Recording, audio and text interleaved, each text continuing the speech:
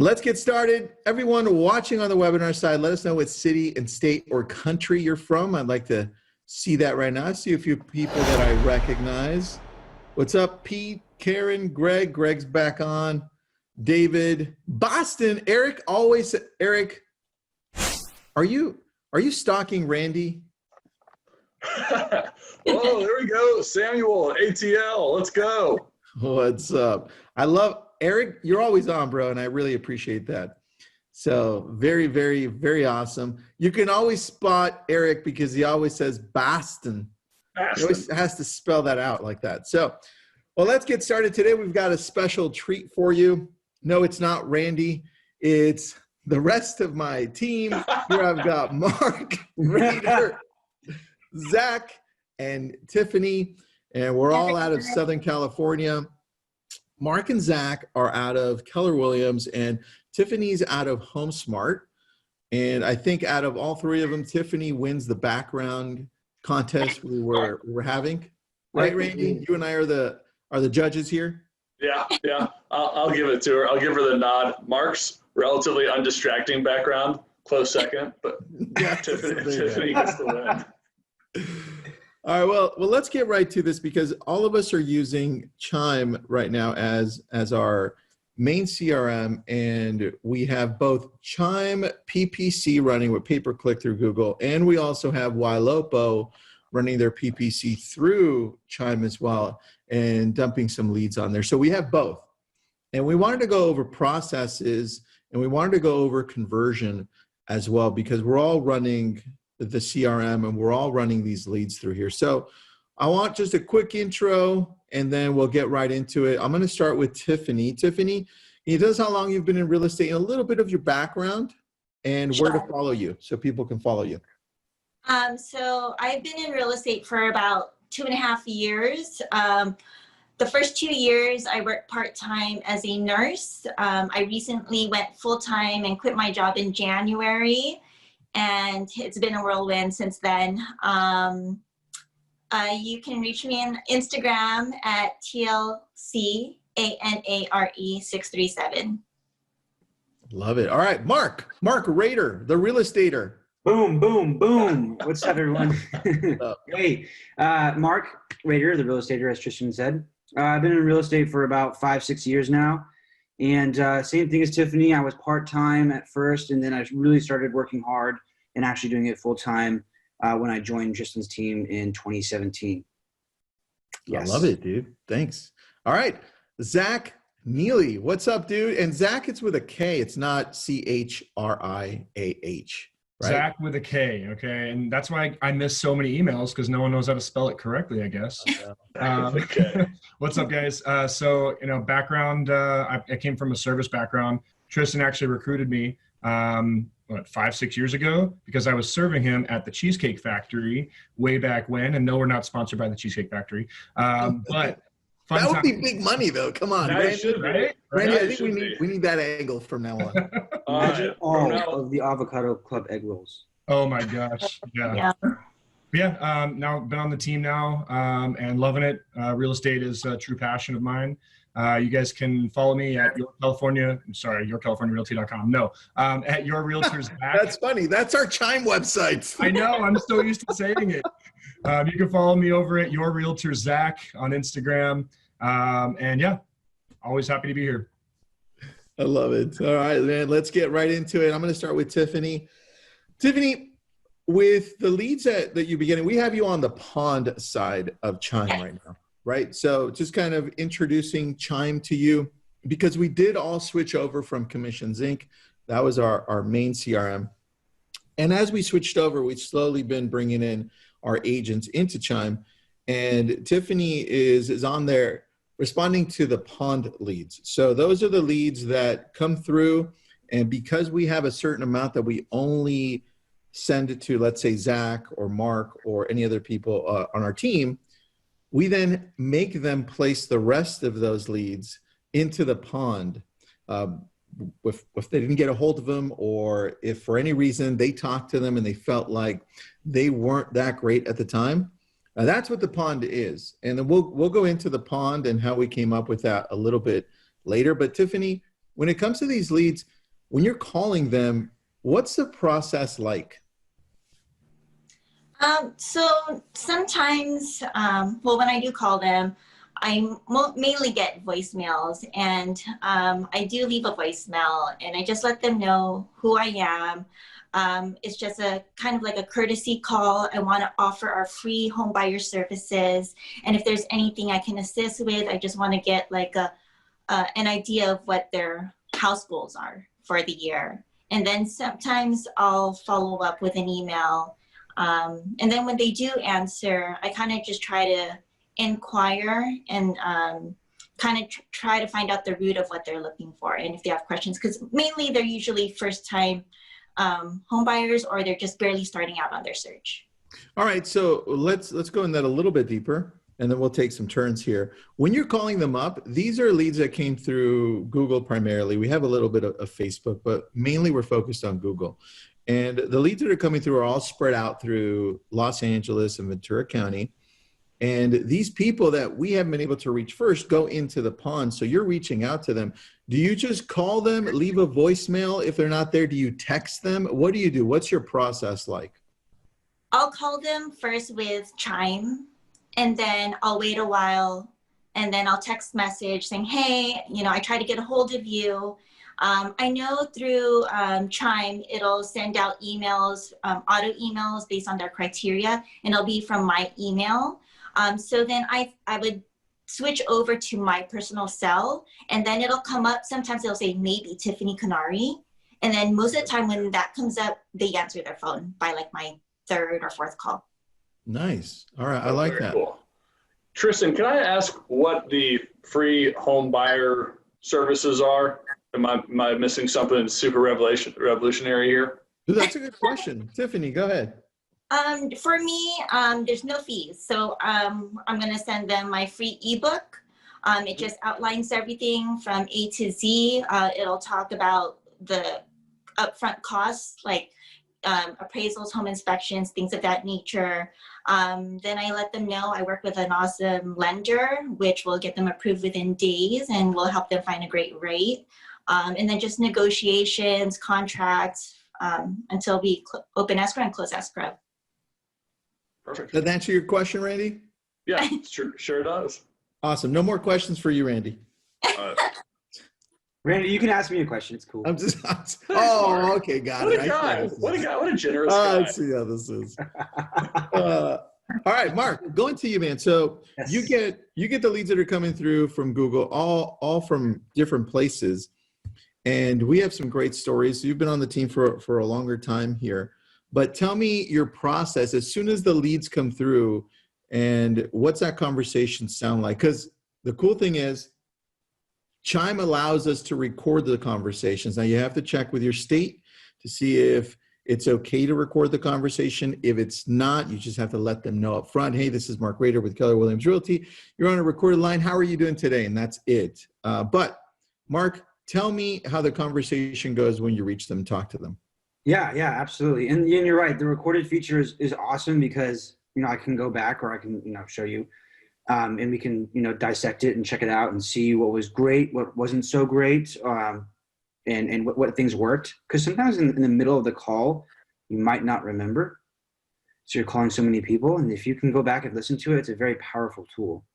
But anyways, initially, I just straight up call them from the app or the desktop version. And then it goes to my phone. It's like a forwarding call, and then you answer it, and then you're on the call with him. It's really cool. But basically, what happens is I go through, introduce myself, and I ask, is this so and so, just to make sure that it's actually them. And from there, they usually say yes, and I introduce myself, and I tell them, I say, hey, look, I notice that you're on my website looking at properties in Banana Street in XYZ city. And I was just wondering, what you're thinking about. What are you gearing up to do? Are you interested in moving? How can I help you? And they actually really respond to that really well. And either it's they're just kind of looking and browsing, and then from there kind of dive in to see what they're looking and browsing for, or they're ready to go right now and they say, hey, yeah, I'm looking to buy something in this price range. This is what I'm pre-approved for. So it really depends on their scenario, but so far since we've had Chime, the leads have been really responsive and for the most part, and have been very accommodating with answering the questions and providing feedback to help their search. All right, cool. Zach, what? Oh, go ahead, Randy. Sorry about that. Yeah, I just wanted to ask my one question that I get per person. So,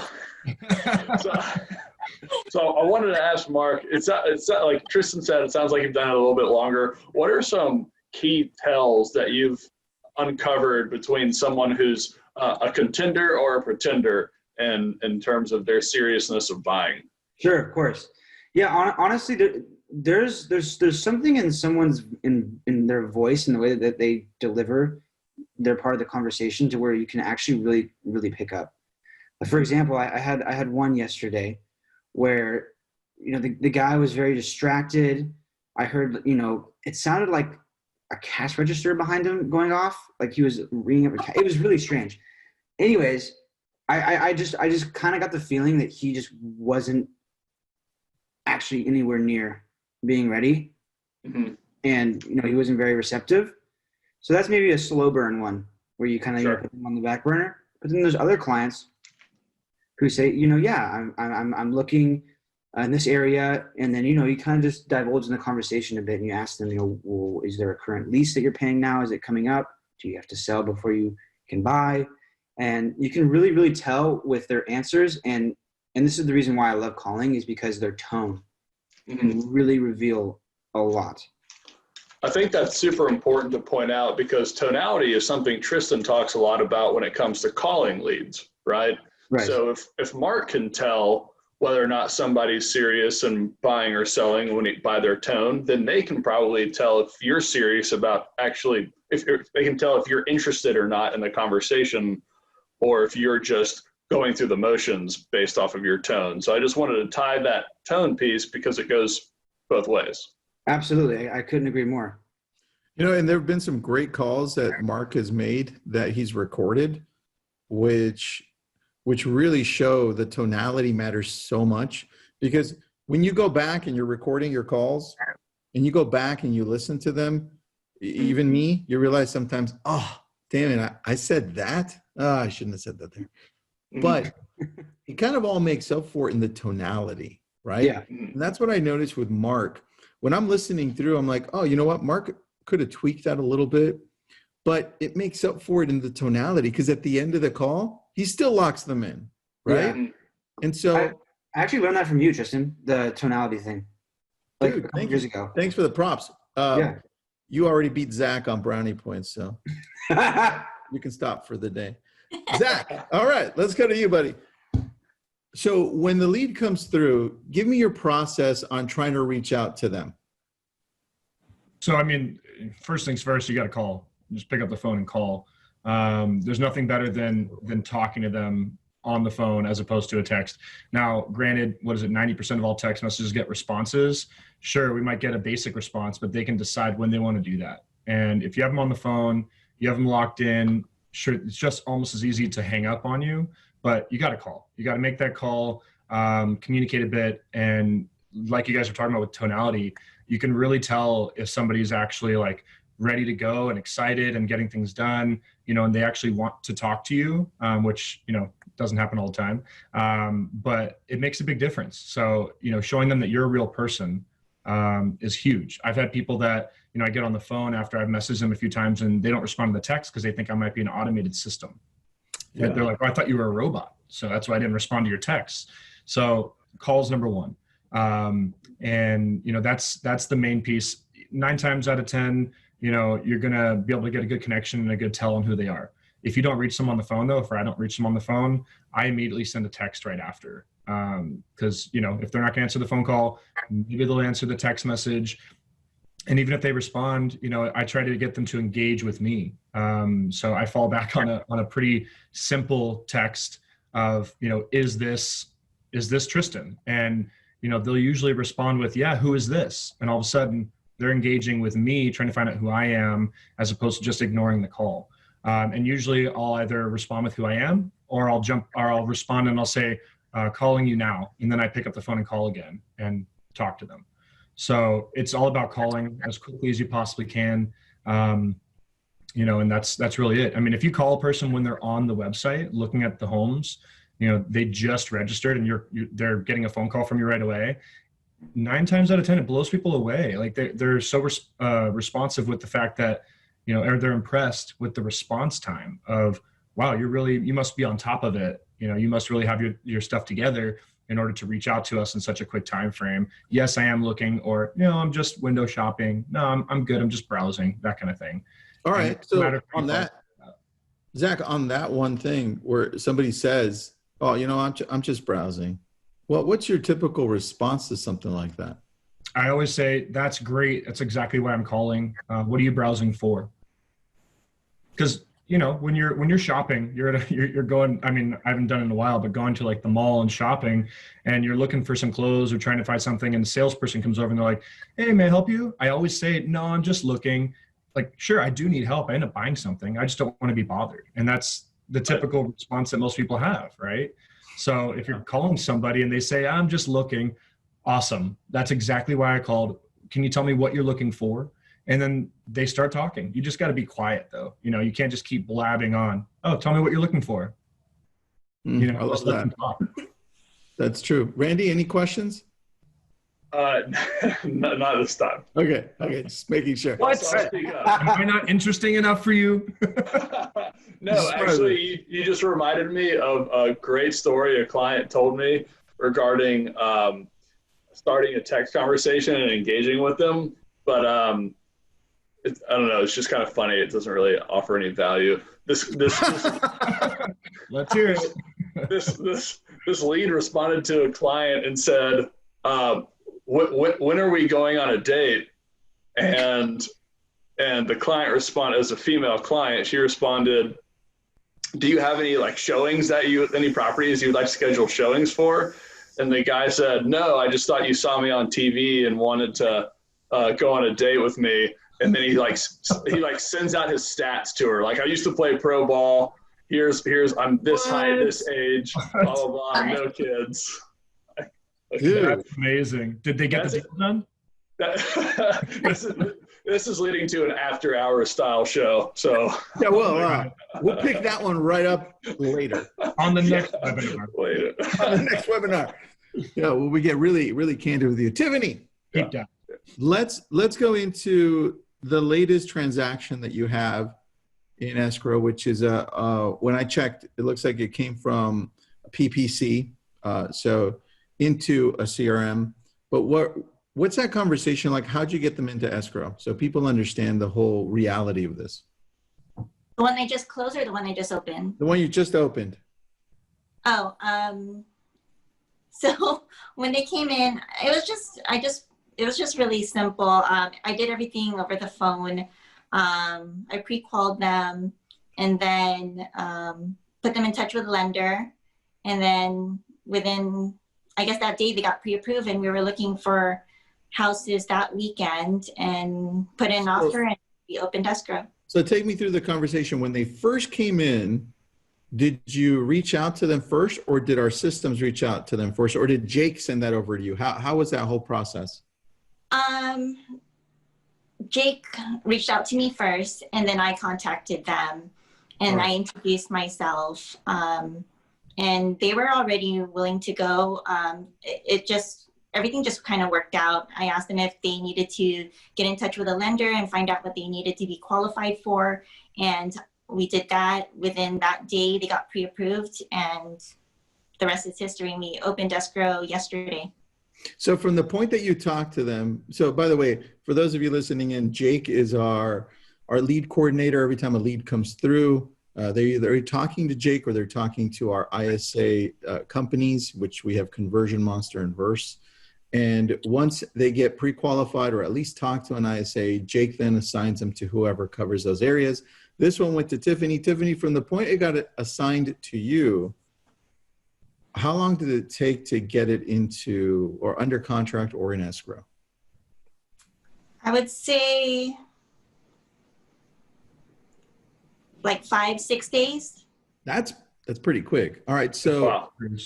Was the conversation pretty easy? I mean, were you super easy on the phone? Were you Yeah. aggressive? So I got really lucky. This person, our personalities matched. We're very easygoing. He's in the medical field. I am a nurse. So he kind of clicked. He automatically trusted my guidance. Whatever I said, he just followed my lead. And every advice that I had given him, it just came to fruition. He just let me take the wheel, and out of all the other offers, they picked ours, and we opened escrow yesterday. I love that. All right, so that's a beautiful story. I'm going to go over to Mark, and then I'm going to ask you, Mark, when the leads are coming through, I want to know what makes you decide to put them into the pond or keep them, because the way that our team works right now on Chime is that the agents that are receiving the leads that are coming through can only keep 100 at a time of these online leads. And we're doing that because we found that in the past, when we were running Commissions Inc., we had a few agents that had thousands of leads and they were falling behind. They were falling behind because, number one, they weren't categorizing. So they weren't A, B, C, D, E-ing them. And then the other thing is, because of that, they weren't able to reach out to all of them. They felt like they needed to reach out to all of them at once, and they were getting really behind on tasks. So when I talked to Mark, Mark's like, hey, maybe we should really have a cap as to how many leads everyone should get. Then we came up with a system where it's, okay, everybody's going to get 100 incoming leads. You can only keep 100 at a time. You're going to keep on getting leads. And then from the ones that you have, you can dump them into the pond if you think they're not good. But Mark, what does not good look like to you when they're coming through? Because you always stay under 100. Right. And I think that this matter is definitely subjective rather than objective, but to an extent. But my personal opinion and what I do is, if I get a lead that comes in with, first of all, a phony name, and then doesn't work, the phone number doesn't work, to the pond right away. No, column doesn't work, and it's like some weird name like DFQCY, whatever, to the pond immediately. Now, for other leads that I sit and hold on to for a little bit, if I call them, they don't answer. That same day, call them again, they don't answer. The next day, after calls, texts, then about after 5 days, I usually dump them into the pond.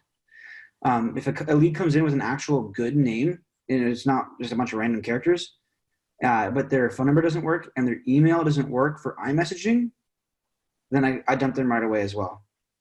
All right, so take me through that process. When you get a brand new lead, you call them the first day, you text them. What do you do specifically? Because I know everybody runs it differently. Yeah, so I'll call them, and let's say they came in, normal working hours. I call them, and let's say that they don't answer. I set a reminder to call again that evening, and then I call them again.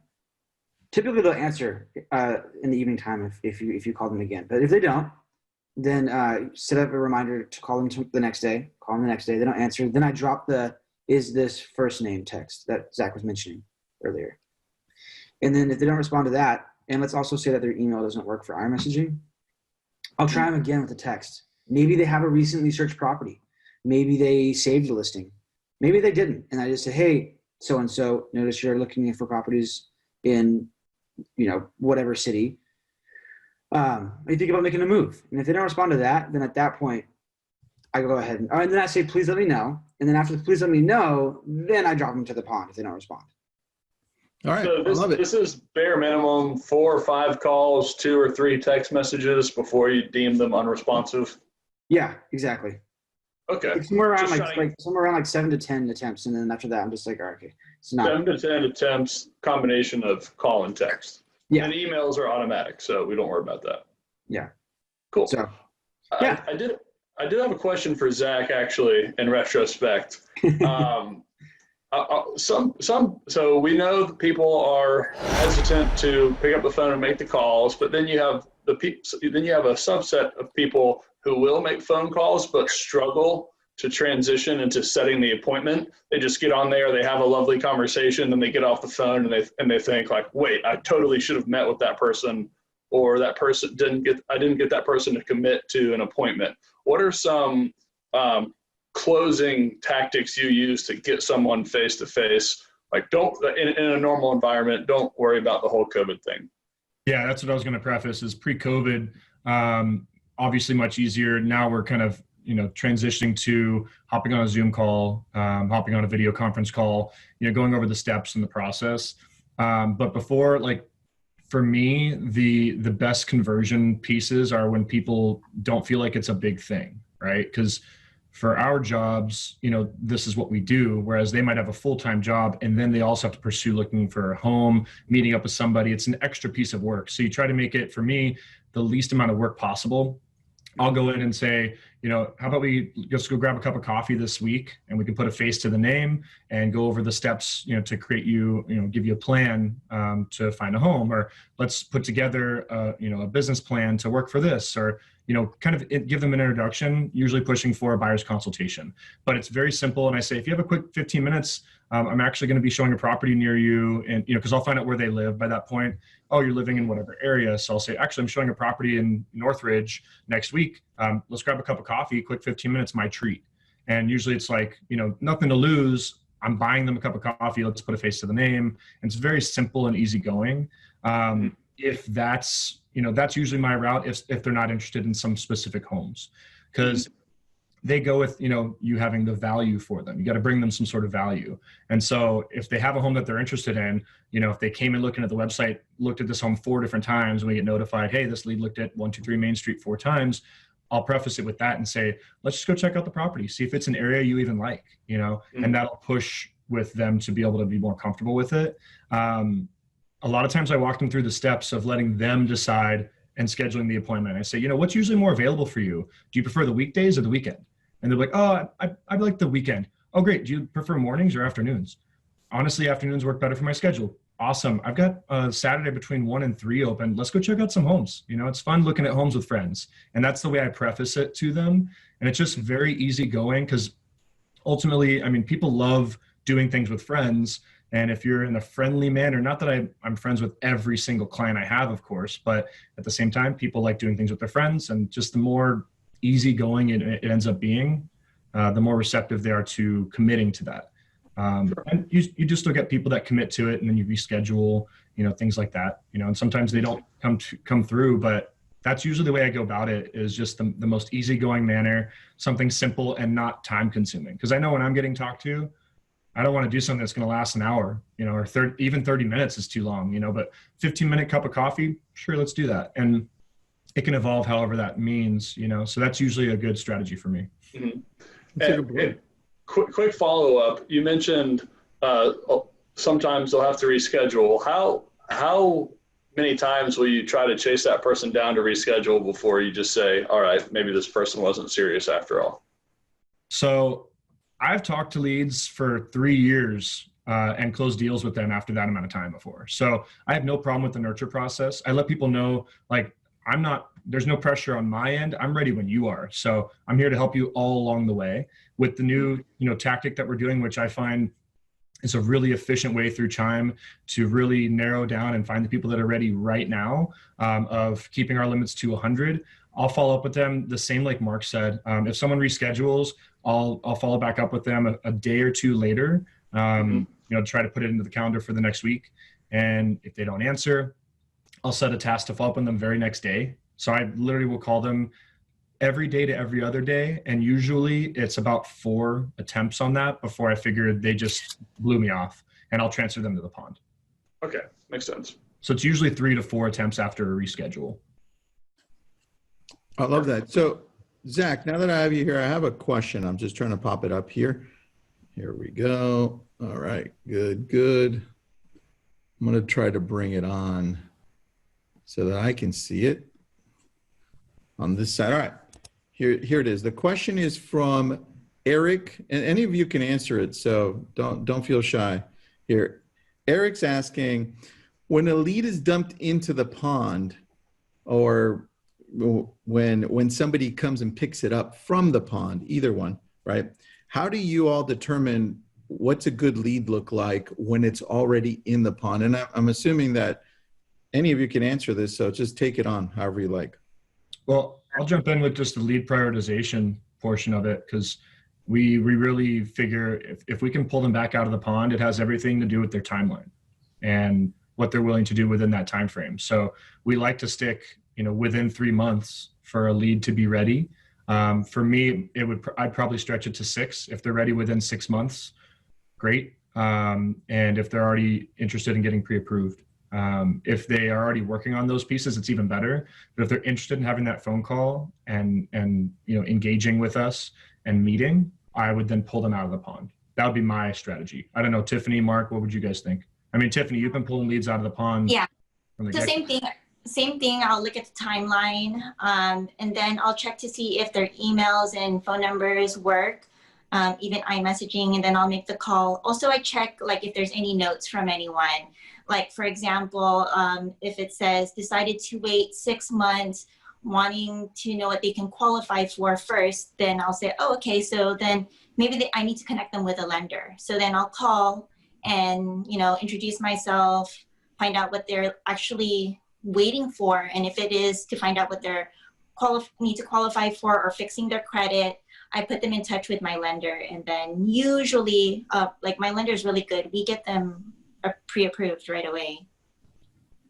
What about you, Mark? Because I know you went on a weekend one time where you called 2,000 leads over the weekend. And you're like, I did it. And you pulled a whole bunch of people out. So I remember, I have a story. Okay, so this is a good one too. So I remember I was in the pond once. Sounds weird. Anyways. Don't start your stories like that, okay? I was fishing in the pond once, and I got a hold of this lead who had he's from Peru, right? So he had like a different kind of name. So I said, screw it, he's on my list, I'm gonna call him. Anyways, so I called him and he started talking to me in Spanish and broken English. Actually, I think it was Portuguese. And anyway, so I started talking back in the very minimal Spanish that I have. And I'm pretty sure actually I had you, Tristan, jump on the call to help. Because I remember that guy. Yep. Anyways, so a random pawn lead who's, Spanish speaker, we end up actually going into escrow and closing a deal together from a random pawn lead with a language barrier. It was wild. It was just How did you identify that was a good lead from the pond? Well, honestly, I randomly called him because I was just going down the list, and they said, "Yeah, my son is living out there.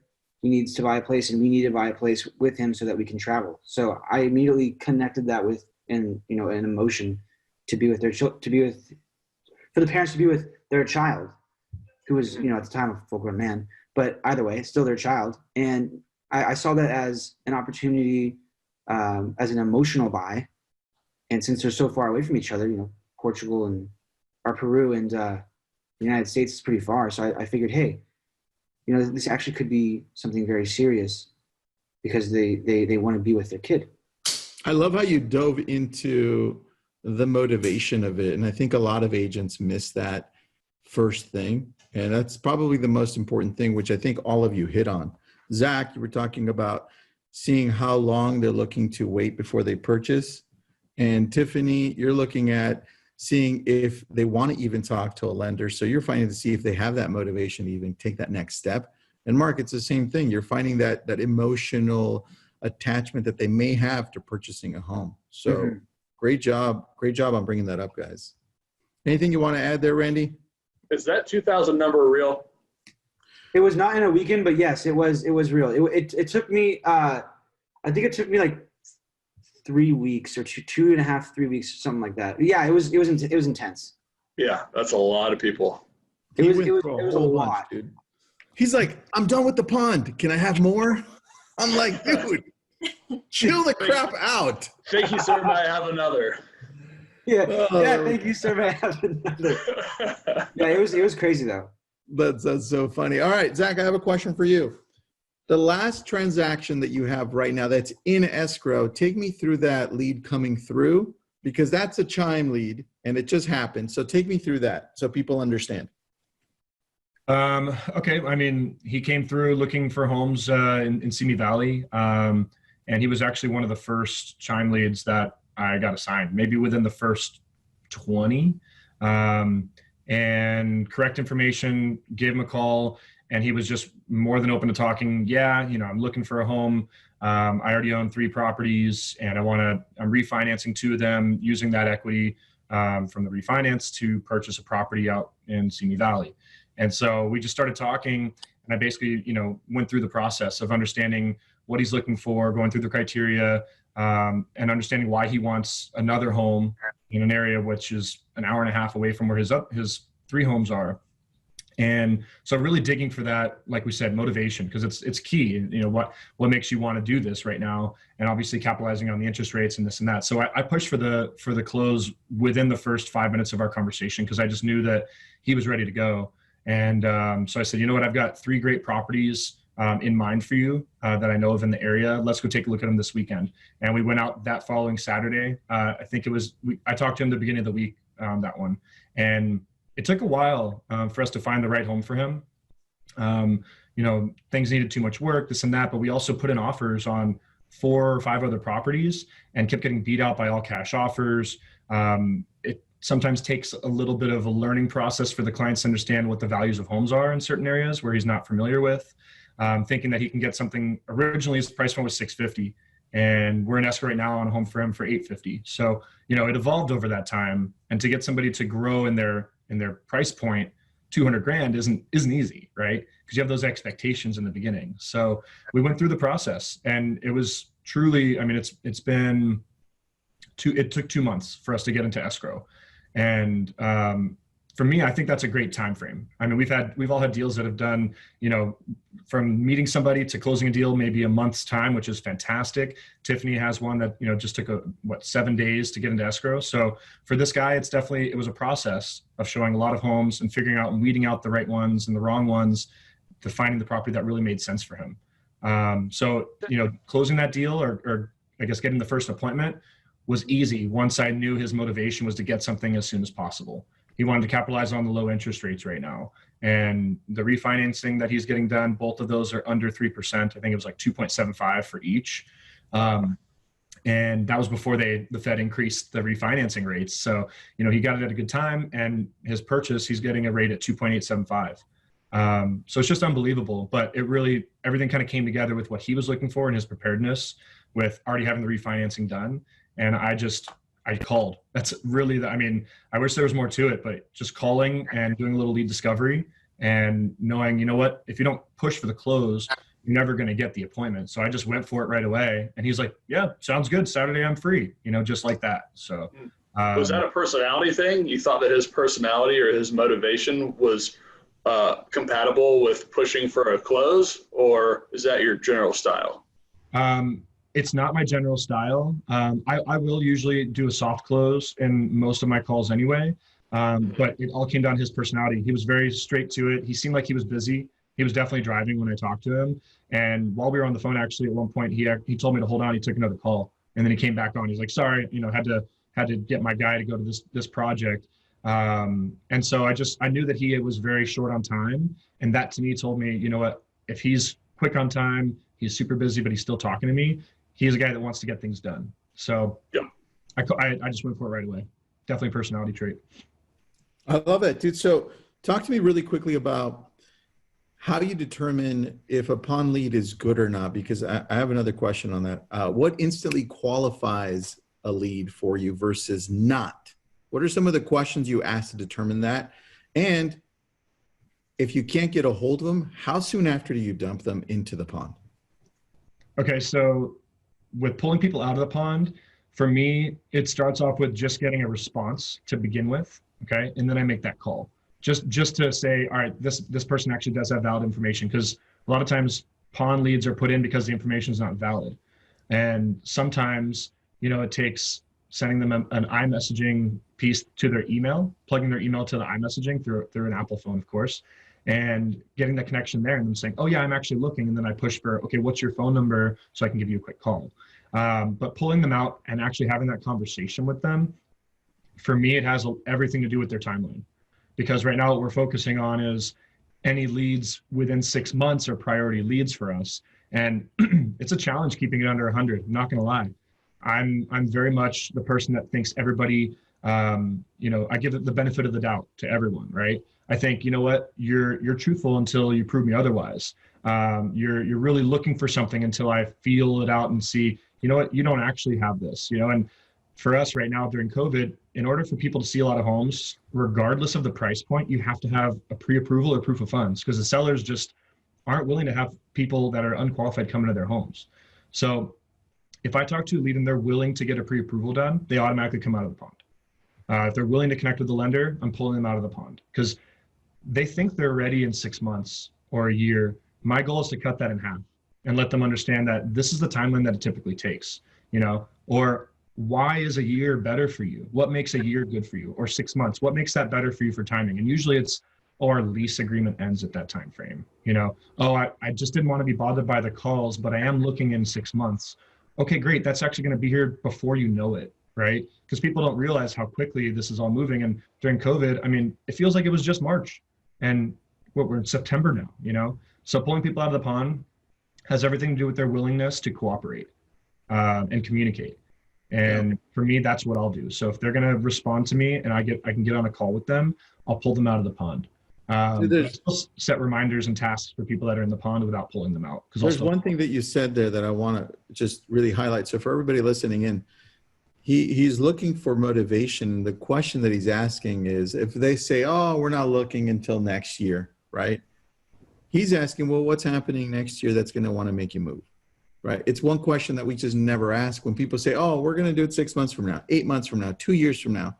Well, the next question should be, well, what's happening then for you to want to move? Right now you're finding the motivation. That's one question that a lot of you forget to ask. So great job on that, guys. I'm going to go to Tiffany.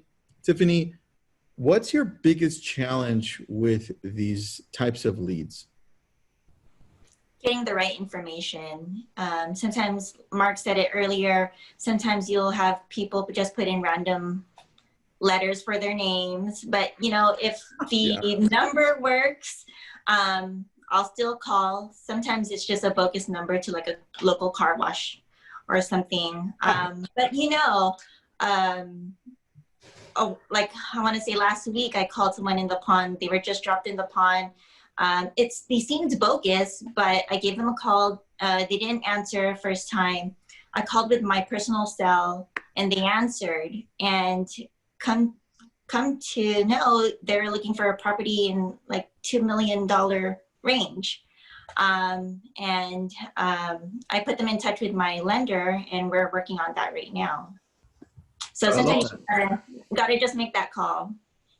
Yeah, that makes sense. And that is a big challenge, I think, for a lot of us calling in leads, because sometimes they come in with maybe initials or no name. And when we're reaching out to them, I mean, how do you reach out to somebody with no name? Mark, I'm going to go to you. Mark, if they have like a no name, what's that initial call look like?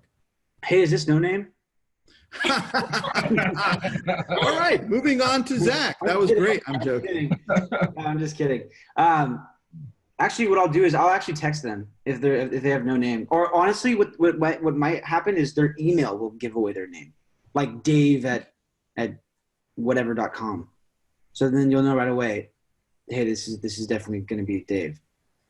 But if not, then I usually text them and I say, hey, this is Mark with Keller Williams Realty. I noticed you were looking at properties, whatever. Are you thinking about making a move or whatever it is? If they recently viewed a property, whatever. So what I do is I take away hey first name and I just replace it with hey. Nice. Yeah. It helps avoid that, Zach. So there was one piece that I actually remembered just now when someone had a wrong information on there. Something that I love that Chime does is it matches it up. So if the information, say the person registered twice, but they didn't realize it, and they did a bogus one the first time, and then maybe another one. I literally called a lead the other day that it had like random numbers jumbled around, but at the top of the lead profile, it said, this lead matches Walter that's assigned in the pond or something like that. And so I called and I didn't know it was in the pond, or however it might have been the wrong information, maybe the right email, whatever it was, though. I called and I said, hey, is this Walter? And he said, yeah, this is Walter. And right there, I had his first name right off the bat. So it's nice when Chime does that, to have it so that it shows, hey, they did register twice. and this is their actual name. So there's some giveaways in there that really help out sometimes. Ooh, I love that. Hey, Randy, on Chime, dude, you should tell the tech team that they should match up the IP addresses if they're logging in with a different person. Okay. Different email address, different phone number, but same IP address. It should just match them. Right? Well, there it is. There's the solution right there. Yeah, IP address. I'll just let them know. They'll just do their little magic code thing, and it's done. Dude, work your magic. I have a quick question. Tristan, could you explain what your iMessage trick thing is again? Because I remember it being mentioned a long time ago, but I don't remember what it is. Yeah, it's easy. So usually if you have an iPhone, you tie your email address to iMessaging because it connects to it automatically. And so if nobody puts in a phone number, what you do is you grab that email address and drop it into the texting section of the phone. And then if it populates blue, then you start texting. Sometimes it doesn't populate blue at all, but text them anyway. Mm-hmm. And then it'll come through as blue. So that means you can text them directly. So yeah, dude, I did introduce that to the whole freaking industry. That was my claim to fame. Yeah, that's it right there. That was it. And then everything else happened because of it. So great addition, Randy. I have a question for Mark almost in closing here. Mark, you have a new build story, a lead that you got from PPC, from Google. Yes. PPC. Can you tell me how that went and how you put it in escrow? Because you still have that one escrow. It closes in October. Yes. So that lead came in. Oh my gosh, wait, actually this story pertains to Zach too. It's hilarious. So I was actually at a bachelor party in Arizona. Okay, dude, this is for after hours. Come on, it's like a story. We were golfing, okay? We were golfing. Okay. Anyways, so this lead came in, right? And I just call him right away. I say, hey, Nasser, this is Mark, whatever, with Keller Williams Realty. Notice you're looking at properties. You think about making a move? I said, yes. Looking for X, Y, and Z and these locations. I said, okay, great. We identified a couple of properties that he wanted to see, and he wanted to see them like that the next day. And I'm like, well, I am about a 7-hour drive, so let me call my boy Zach. So Zach actually showed the property for me, and then it wasn't the home for him. But what ended up happening is, we stayed in touch, and we actually ended up in a completely different area for new construction. And, went through the motions of that. And we're closing escrow next month on the 15th. And we've been in escrow since like March, like quarantine days. I love that, dude. So that's a new build. But that's PPC right there. And I love that you were able to throw that lead over to Zach because he got your back. So how did you transfer that? Say, hey, I'm at a bachelor party, but I'm going to have my how did that work? No. I said, okay, yeah, my associate business partner, Zach, is going to be showing you the property. I'm tied up tomorrow, but I want to make sure you get to see the home. I don't want you to have to wait. I love that, dude. All right. And then anything else you guys want to add? Tiffany, Zach, Mark? I think there's a part 2 to this, guys and girls. I think there's a part 2 to this because I know you're all closing PPC leads. You have some amazing ones right now in escrow, and you're only going to get better. So I think as we start going deeper into Chime, we can definitely Randy, I think we should do a part 2 like middle of October here. I'm in. Count me in. All right. Good. Anything you guys want to add in closing? Randy, any questions you have? I'll save my questions for part 2. Randy, did you hear that? Tristan asked if you had any questions. If I had any questions? He allowed you to ask questions. I'm going above quota here. You're done, dude. You're done. You're done. All right, everybody. Thanks for joining us. We appreciate it. If you want to follow us, you can find Tiffany, Zach, and Mark all on Instagram. Randy's everywhere. You can just reach out to him, and you can always Facebook me as well. Thanks again, everybody. Have an awesome day. Thank you. Thanks, y'all. Take it easy. Thanks, guys.